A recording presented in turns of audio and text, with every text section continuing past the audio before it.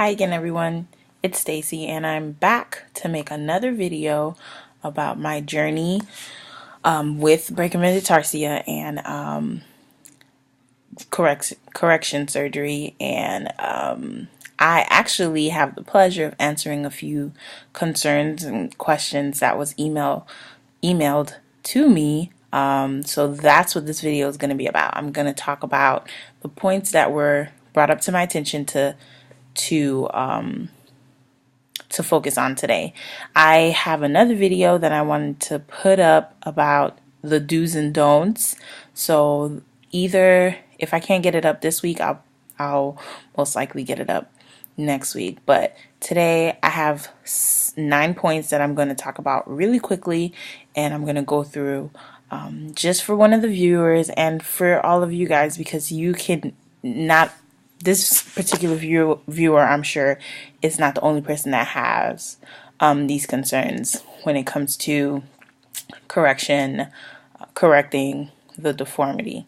So the first point is about school and work, and balancing those two things during recovery. So for me, I'm both in school and I'm working. So I had to take, at first I went back to work. I had the surgery in November. The semester doesn't end until December. So it was really hard that for the first week during recovery, because you're really loopy from the pain meds. You really don't want to do anything. So I tried to get as much schoolwork as I could beforehand, before having the surgery, because I knew that it was going to be hard on me. I did have my surgery the week of Thanksgiving, so I was hoping that my classes would have less work, but that wasn't the case. So I would suggest, if you're going to have the surgery and you're in school and you're taking in your full time like I am, I would say have the surgery in the summer or around the holidays, so at least you'll have some break, a few weeks between semesters. With work, I went back to work. I had the surgery on the 22nd. I went back to work on the 28th, which was crazy. For me, well, I have two jobs. I do ABA with children with autism, and I have to drive to clients. My client is very low maintenance, but the drive from my house to my client's house was an hour. And at first, after surgery, anytime I had my foot down, it would swell so badly. So that drive made me miserable. So after 2 weeks, I want to say 2 weeks of working and doing that drive, so it was an hour there, an hour back. So it was 2 hours of a drive with my foot in a bad position. And when you first have the surgery, you want to make sure that your foot is always above your heart as much as you can. It gets annoying trying to keep your leg up all the time, but it really helps with the swelling. So after 2 weeks of that drive, those 2 hours of driving and working and getting home and being miserable, I had to tell them I had to take a break. Today is February 12th. I'm going to work next week. I'm going back to my client on February 19th, next week, Monday.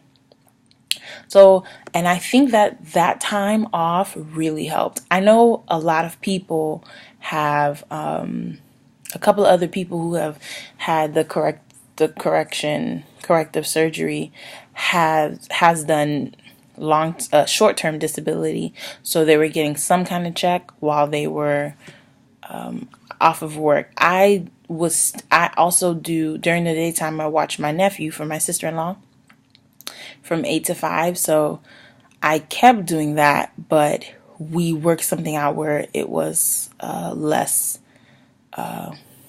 they helped out a whole lot because she worked from home. So I went back to work fairly early, and I would suggest that if you can, to take some time off. I would say at least, some people took 6 weeks off. I would say I should have gotten at least a month off.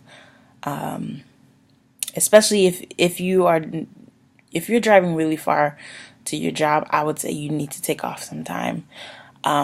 I will also say that after I stop turning, because when you have the surgery, when you go in before surgery, your doctor is gonna tell you how many days you need to turn to reach the length. Initially, I was supposed to turn for 40 days, and then it was extended by 2 weeks because by the 40 days, it hadn't reached length. I hadn't reached the proper length. But I will say, after I stopped turning, it made a world of difference. My foot wasn't swelling as bad as it was before. I'm able to drive longer distances now. My foot doesn't swell, and I'm able to walk a bit better because I'm not turning. So the second point is traveling and lodging. So for me, that doesn't really apply because Dr. Lamb, when I was speaking to Dr. Lamb, he lived in Maryland, and I was going to go up to Maryland to have the surgery because I knew for a fact that he was the person I wanted to have the surgery with, and I didn't care what I was going to have to do. So I was making plans with my husband to fly out to Maryland and have the surgery. But that summer he called me and he said, "Don't worry about coming out to Maryland. I'm moving to Florida." I live in Lauderhill, Florida, and he accepted a job in West Palm Beach, Florida, which is about 45 minutes to an hour away from me. So when it came to traveling, my husband had to drive me for surgery day, of course. He drove me home after surgery, of course, and to my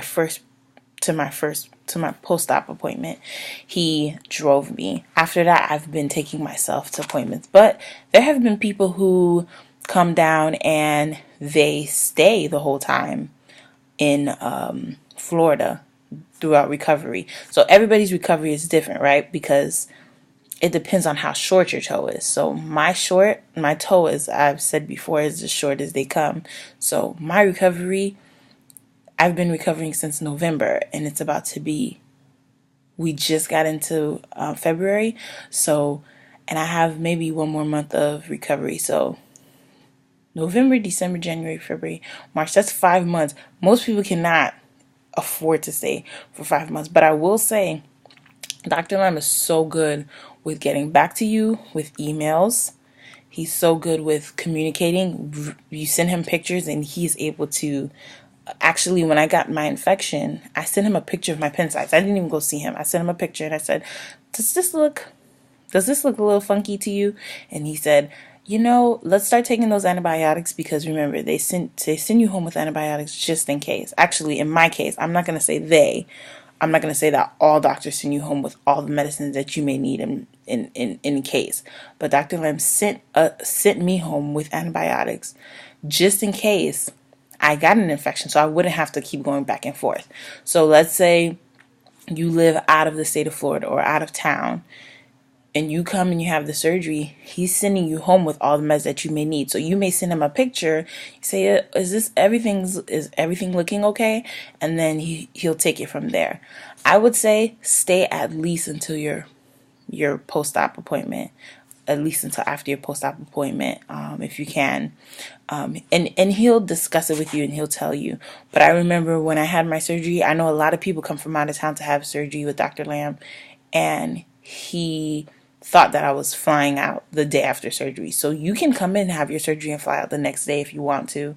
But you will be coming back to remove your pins.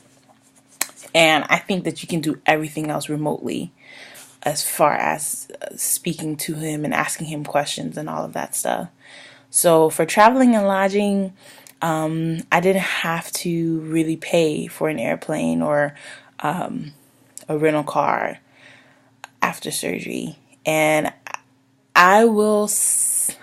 there is a motel right off the interstate a couple miles away from St. Mary Center, but in Florida we have lots and lots of hotels and motels around, so finding a place to stay would not be an issue if you needed one. The third point, meds given for pain or to prevent blood clots. So after surgery, they put it on my right foot, I believe, or maybe they put it on both of my feet. I was so groggy, I can't even remember if it was on both feet or if it was one. I'm pretty sure it was on my right foot. So they put this kind of like a weighted blanket, but it would massage my. It would put deep pressure on my leg, and it would kind of like massage my leg. It would tighten, and then it would let go, and it would tighten and it would loosen, and that was to prevent blood clots. When you get home, they don't give you any meds to prevent blood clots, but I think the fact that they tell you that you are weight bearing immediately after surgery is what's supposed to keep you from having blood clots, because you're supposed to be moving around. You won't really want to, but you should try to get up every so often and just get your blood flowing, So the meds that I was given after surgery was, I was given oxycodone for the pain. I was supposed to take 10 milligrams every 6 hours. I believe every 6 hours, but my insurance didn't want to pay for that many my insurance didn't want to give me that many oxycodone. So what ended up happening was they gave me 5 milligrams. I was supposed to get 10 milligrams, but they gave me 30. I was supposed to get 10 milligrams. They gave me 65 milligrams or something. I don't know. Somehow they cheated the system and they gave me that instead. So what I would do is when I was in pain, I would take 2 of the oxycodones, because I knew that I heard the nurse say I was supposed to take 10 milligrams. I didn't do it just because I was in that much pain, but I knew that the prescription was for 10. So I took 10 instead of taking the 5, because I don't think that the 5 was very effective anyway. But honestly, I didn't even need that many pills. After day 4, I wasn't even taking the oxycodones anymore. They also gave me Valium. I want to say they gave me like 30 of them. I have only taken one. Valium is an anti-anxiety med, but it's also supposed to help with muscle spasms. I had muscle spasms really bad maybe once before bed, and it was like after a shower, and I was trying to wind down and I was having really bad muscle spasms. I couldn't go to sleep. My foot was just hurting. So I took the oxycodone and then I took a Valium. After that, I didn't have to take it anymore. It's literally just still sitting here because I don't need it. And they gave me 90 capsules of the antibiotic. In the description, I'm going to put the names of the meds. I know the names. So I said the oxycodone, I said the Valium, and the antibiotics was sulflaxin, and that's supposed to kill bacteria from surgeries and stuff like that. Also, I didn't have to buy this until later, but after my infection, Dr. Lamb sent me to CVS to go buy something called betadine, which it contains iodine. It's like iodine, and he told me to start spraying it on my pin sites. And betadine kills bacteria on open wounds. So I was doing that while I was taking the antibiotics, and even after my infection cleared up and I stopped the antibiotics, I ended up I kept using I still use the betadine. I spray it whenever I change my gauze. I spray it just to keep everything clean, because it's not gonna hurt. So that's that. The next point is meds taken before surgery. So I didn't take any meds before surgery. There's certain things that you're not supposed to take. They give you a paper, something about beta blockers, but I knew I wasn't on them, so I didn't really listen to it too much, but I read it, and it was saying if you're on beta blockers to not take them past a certain time before surgery, but that's about it. But I will say that after surgery, this point is not here, but after surgery, Dr. Lamb spoke about certain painkillers that I couldn't take. Because remember, I didn't feel like my pain was so bad where I needed to keep taking the oxycodone, but there was still pain, so I needed to take a painkiller.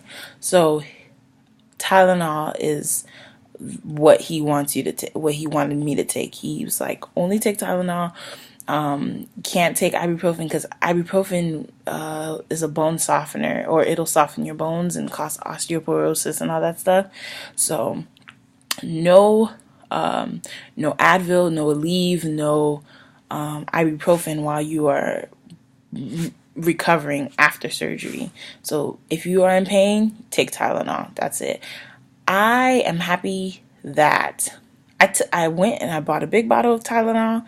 Tylenol did not really work for me, so I would wait until Fridays where I knew that I didn't have to do anything the next day, or I didn't have to drive and go to work, and I would take an oxycodone. But that was for a couple weeks, if once a week. And then now I'm at a point where I don't even need painkillers at all anymore. If I do feel any pain in my foot, it's from swelling and trying to walk around on it too much, but for the most part, I'm not feeling any pain, and I haven't felt pain since after turning, or since a week before I stopped turning, I want to say. The next point is the medical supplies that you need. So some of the examples here is wheelchair, crutches, or walker, etc. So funny story. After surgery, usually people leave out with crutches, right? They know my weight, and they couldn't find crutches so they have crutches all have weight capacities, and they're not going to send you, even if the crutches could hold you, they won't send you with something that's not, like, if it's not written that it can hold up to your weight, they're not going to send you with it. Because if you get hurt on your way to your car, you get hurt when you get home, and you say, oh, St. Mary's Medical Center gave me these crutches, it can come back on them. So no crutches for me, which was okay. I guess it was okay. They gave me a walker. The first day leaving surgery, when I went home the next day, they put me in a wheelchair and they wheeled me out to the car. And getting home and using the walker was really hard. I could not, and again, I don't know if it's because I'm a heavy person or because I just had my foot, had surgery on my foot, but it was something. It took me forever to get to the apartment, and I live on the 3rd floor. We have an elevator, but it was just a whole lot of hassle.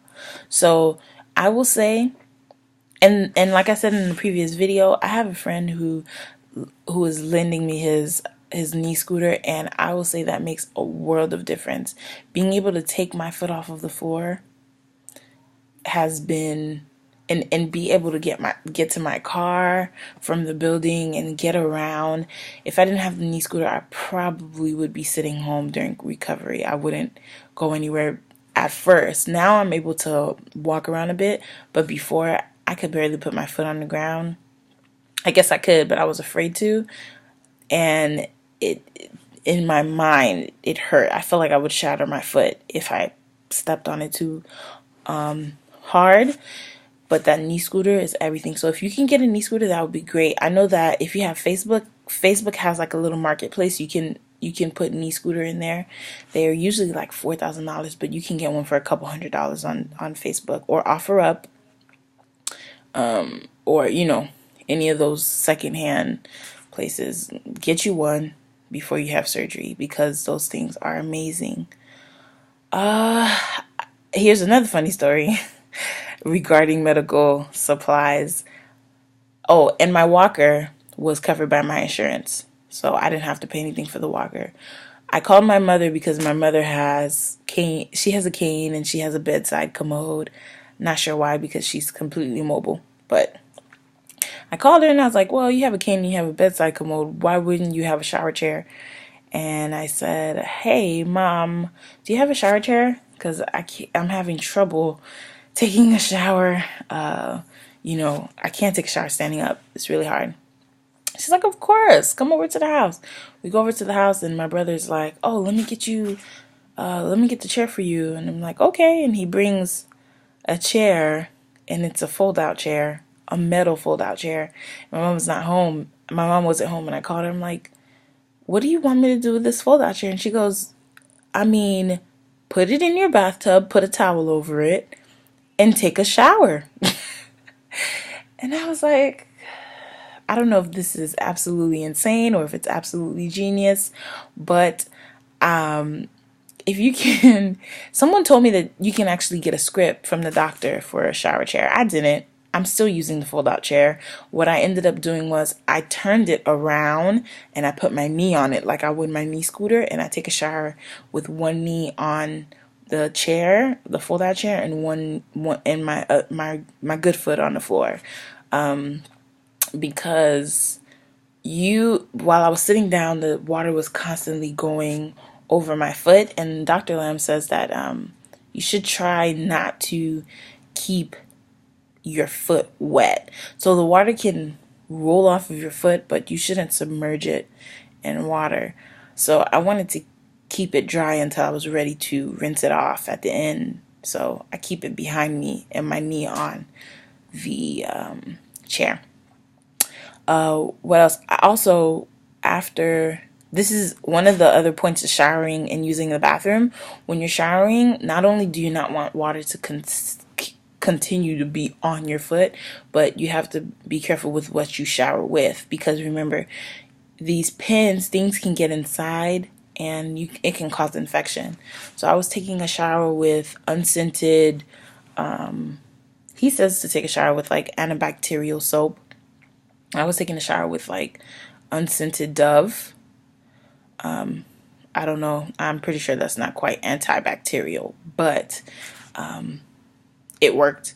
Everything was fine. I still ended up getting infection, but not because of the soap. I got an infection because I was going to work and walking around, and my feet were constantly irritated so much, and that's how I ended up getting my infection.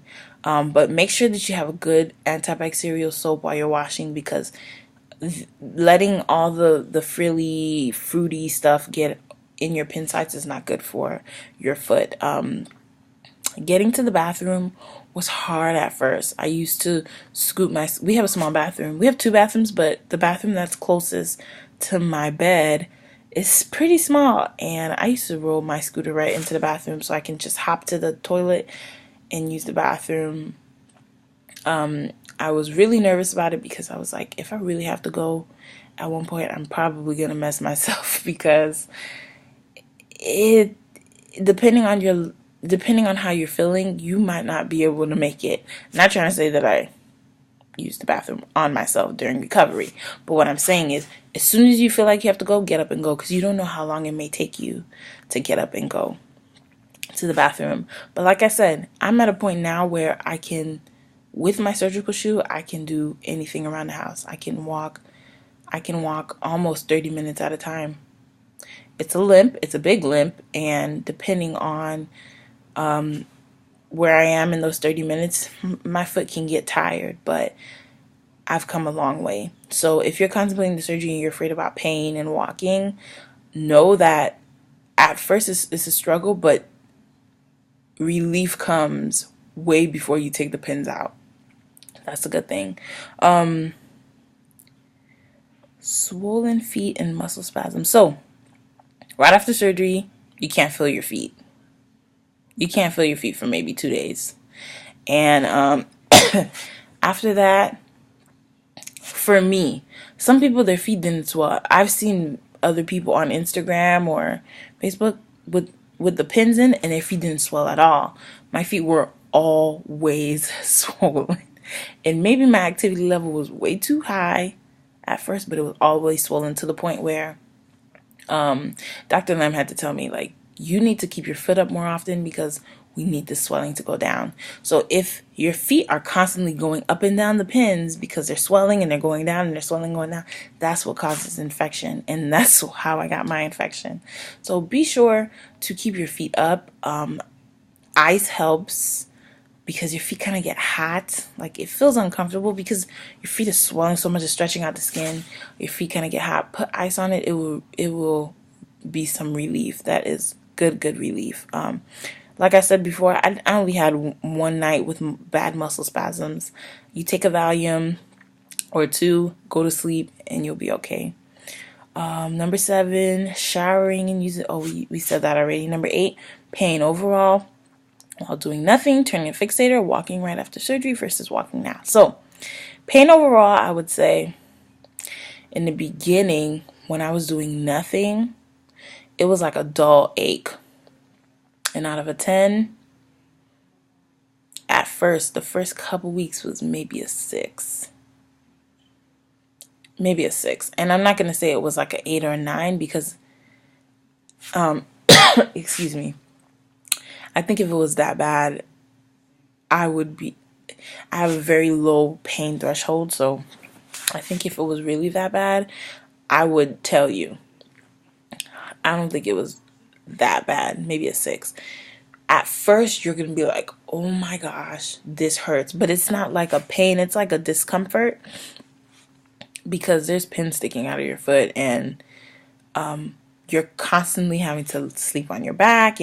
You're so uncomfortable. So there was one time I cried and I was like, at home I cried and I was like, man, my foot hurts so badly. And it really wasn't my foot. It was the fact that my foot was up so high and I do not like sleeping on my back. And I've been sleeping on my back for months now.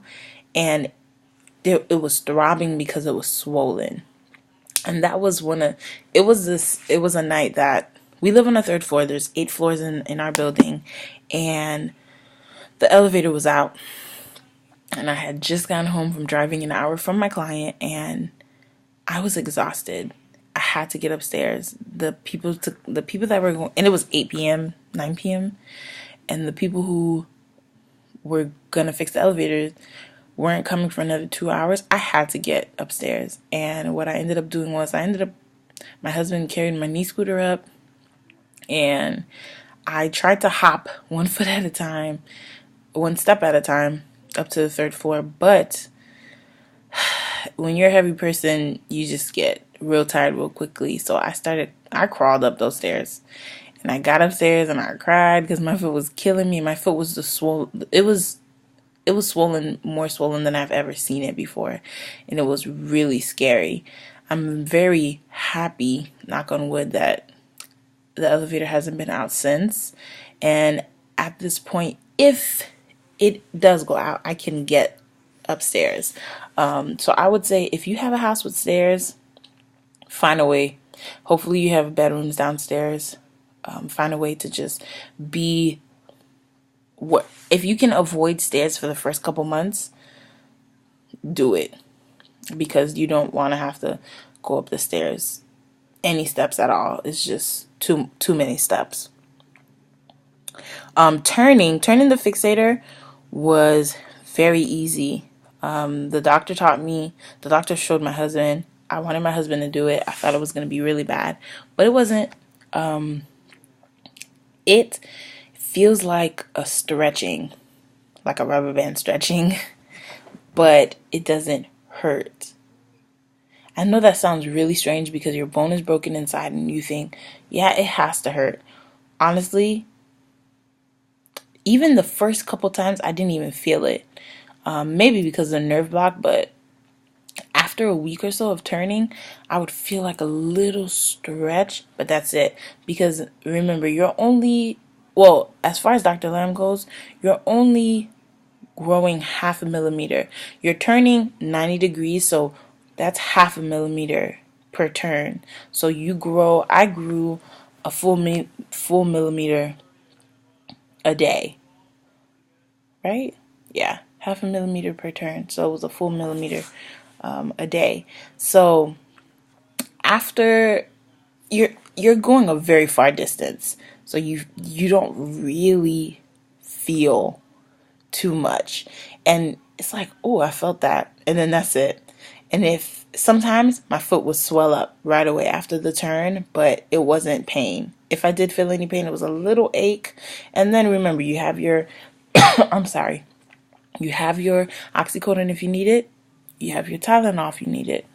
But for turning, you're not going to need any painkillers. Trust me. Walking right after surgery, I've mentioned this in the other video. It was really hard for me, but I think it's a mind over matter thing.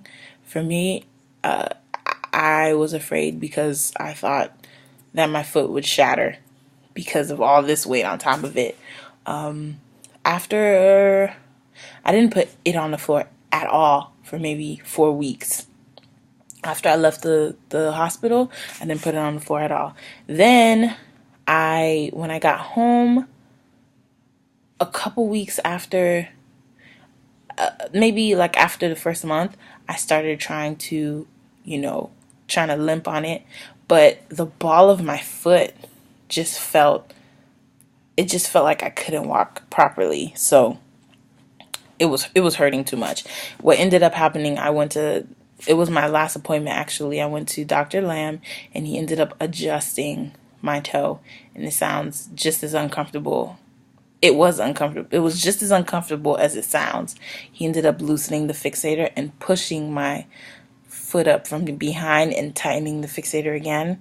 And although that 30 seconds was the most pain I felt throughout this entire process, it made the world of difference. I'm able to walk down the street now. I'm able to walk from my parking spot to the store to get in one of those little motorized shopping carts kind of thing. So if you are feeling any kind of way, make sure you communicate that with your doctor and make sure you get it handled, because a lot of people are walking just fine a couple weeks after surgery. I wasn't. It took me 2-3 months to walk just fine. But listen to your body. And the last point is sleeping. So right after surgery, you're sleeping on your back in the hospital bed. Your foot is up. They have this like little wedge pillow. Make sure you get yourself a wedge pillow. If they didn't really have me on a wedge pillow, they had me on a pillow with a hole in it so my foot would stay stationary. But when I got home, I just put pillows underneath my foot to keep my foot at an incline. But I know that there are stores that sell wedge pillows that are specifically for the purpose to keep your leg elevated. So I would get one of those. If not, I took some pillows off the couch and I put them underneath my leg. Sleeping right after surgery is exactly how it feels right now. I hate it. I hate sleeping on my back. Sometimes I want to lay on my side. Laying on my left is, I know that they say don't sleep on your left because it's poor circulation. And if that's true, I know exactly why it's true, because when I lay on my left, I feel like my whole leg goes numb. And my surgery, the surgery was done on my left foot, so it's like my whole foot goes numb, and I don't like that feeling with the fixator in. So I tried to lay on my right, and I just lay my foot on its side on the pillow, but I always end up going back to my back. I can't lay on my stomach because my feet would have to be hanging off the edge of the bed, which would defeat the purpose because my foot needs to be elevated. Now I can sleep through the night with my foot hanging off the bed because it doesn't swell like it did before. So yeah, sleeping, I want to say it gets better, but I still hate it. I can't wait until the fixator's out and I can just sleep however I want. It's really hard to, I'm hypersensitive about everything. A lot of people sleep without, actually, your fixator is wrapped with gauze and then you wrap it with an ace bandage. Mine's is. I don't know if other doctors do it differently, but the fixator is wrapped with gauze, and the next video I'll have pictures of what it looks like on my foot. And then, so they wrapped it with gauze and then they wrap it with an ace bandage. Some people, they give their foot air and they don't wrap it with the ace bandage, but it'll snag in sheets and stuff, and you do not want to snag your fixator on anything. It's just like, no. So I keep it wrapped, and wrapping it helps, at least for me, it helps with the swelling. It keeps the swelling down. So I keep it wrapped. When I get out of the shower, I blow dry around my pin sites to make sure it gets dry. I spray the betadine, and then I wrap the gauze around the pin sites, and then I wrap my foot with the ace bandage, and I put my foot up and I go to sleep. So even if I put a sheet over my foot, which I don't usually do because there's a K wire at the end of my brachy toe, and I don't want that to snag in anything, and my toes are out, all 5 of my toes are out, but the wrap covers my fixator altogether, and I don't want anything to snag on my fixator. So I cover my right leg completely, and I cover my left leg up into my ankle. So when I go to sleep, I'm trying to make sure my husband's not kicking, like he's not too close to my foot so he doesn't kick it, and I'm not laying a certain way so it doesn't, get caught up in the comforter or anything like that. So those are a couple things to look out for when you're sleeping. I think that's all the points here. If I missed anything, or if there's anything you want me to continue to talk about or to clarify, or to even speak more on of any of these points, or if you have a point that you didn't hear that you want me to talk about, please, please, please don't be afraid to either email me at lockedandcurvy, LOCDANDCURVY @gmail.com, or put it right in the comments section. I'm sorry, this video was a lot longer than I thought it would be, so please forgive me, and I will try not to make them so long, but if you're looking for this information, I'm sure it doesn't bother you too much. Next video, I hope for it to be this week. I will put lots more pictures. I'm gonna try to put in here's a disclaimer. This is my first time having a YouTube channel, so I'm learning all of this editing stuff and inserting pictures and videos in the video as I go along. So I'm trying to put up a video of how I walk now. I'm trying to put up a video of me turning my fixator, and I want to put up pictures of what it looked like as side-by-side pictures as the progress as I was turning. So please look out for that. I will actually upload a video right after this one of me turning my fixator. It's really short, like a 5-6 second video of just me putting in my Allen wrench and turning my fixator. And I think that is it. If there's anything else you want to know, please let me know, and I look forward to hearing from you guys. Have a good night. Bye.